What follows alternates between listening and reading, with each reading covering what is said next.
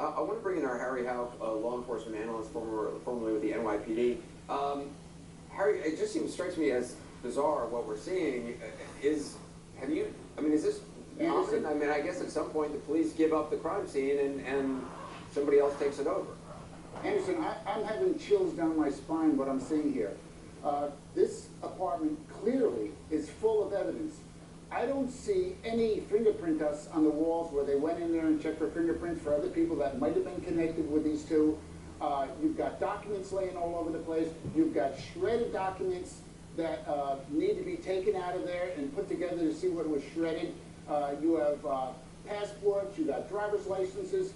Now you have thousands of fingerprints all over inside this crime scene. Now, there should have been some crime scene tape up there. Usually in an instance like this, the crime scene goes in and does the work and comes out. You still keep that scene locked up, and with a sign on board saying you cannot come in until the police release it.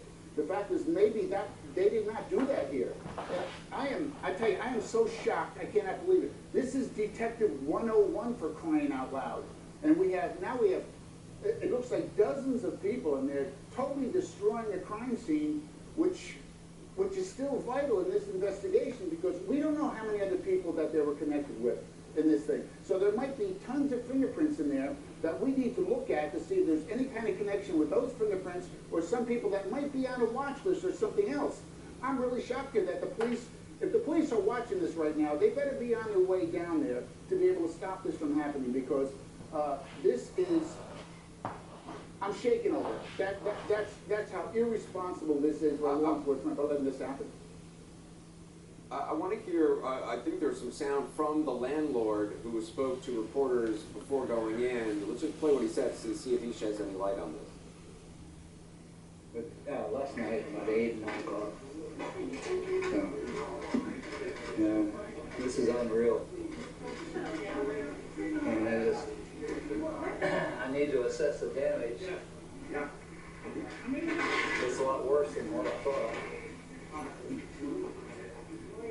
Had you been in the house before when they lived here? Pardon? Had you been in the house before when they lived here? I took pictures of the house when I refurbished it before they moved in. And I always take pictures before and after. And, how long had it been living here? How long had they been living here? Since May. Mid-May. What was your reaction after seeing like this? My reaction right now is just, it's not real. It's unreal. When did you first learn I watched it on television. I had no idea that this is a place where they're at until late at night when they showed the address of the property. Had no indication why. Can I get your name real quickly? Doyle Miller. And you're the landlord? Yes, sir. Owner and landlord. Thank you, Doyle. I can't even see what's going on here. We're also joined by law enforcement analyst Cedric Alexander. I mean, Cedric, I guess at some point, though, police do release, feel they've gotten everything they need out of place and then give it back to the owner, correct? I mean, because I was outside the apartment yesterday, and they were clearly still going over the apartment, going through. I assume they feel they got everything they wanted. Well, you would assume that, but let me tell you something. I agree with Harry on this. This is really hard to watch. And I've been in law enforcement a very, very long time. I remember being an investigator back in Dade County, Florida, and even being responsible now in a major police department here in DeKalb, where we have a crime unit that will go in and take pictures, collect evidence. I mean, in situations such as this is a major scene. This is a major event that occurred.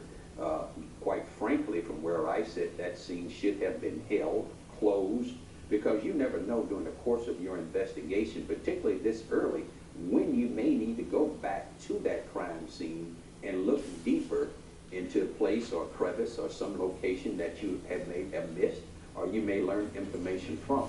So I would hope that law enforcement there had made a decision that they needed nothing else from this crime scene. But what is still very troubling here is that this is very early and still in this investigation. Yeah, let me bring in Anthony Mayfield with the ATF. Anthony, what do you make of this?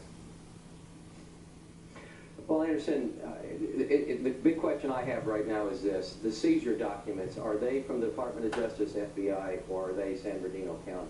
Because typically what happens in a federal investigation, the crime scene will be gone through, and as the reporter was talking about all the documents laid out on the bed, all those documents have been gone through. Every nook and cranny of that house has been gone through, to include the crawl space. They've looked at everything. They've listed everything on the seizure documents. Now, the very last thing on the federal side that we do is we will photograph the residence. A photograph will be taken prior to the search and after the search to document any damage that had occurred. And then we will post the seizure documents as we leave. Once those seizure documents are posted, that crime scene is over. It's no longer ours. So from your standpoint, it doesn't, you're assuming, and I mean, I think probably rightfully so, because they have now been there for quite some time, that they have gone over every inch and no longer need anything out of this apartment. Otherwise, they would not have told the landlord that it was okay to go back. That's correct, Anderson. They had at least, I believe, about 24 hours in this residence. This is a small house. It's not that large, and of course their concentration was probably in the garage. But as you saw in the scene earlier, there was a law enforcement officer that walked up and just kind of looked and simply walked away. Had this not been a released scene, there would have been a larger police presence. There would have been an FBI presence if it was the FBI scene, and that's why I'm asking if somebody could look at those seizure documents and just say, you know, what agency posted those documents. I'm suspecting it's probably the FBI. Then this house has been gone through. Everything of evidentiary value has been taken or documented, and it's a released scene. It's typical procedure. Okay, and we'll ask Mr. Blackwell to look at those documents and get that information. We want to take a quick break. Our coverage continues for a moment.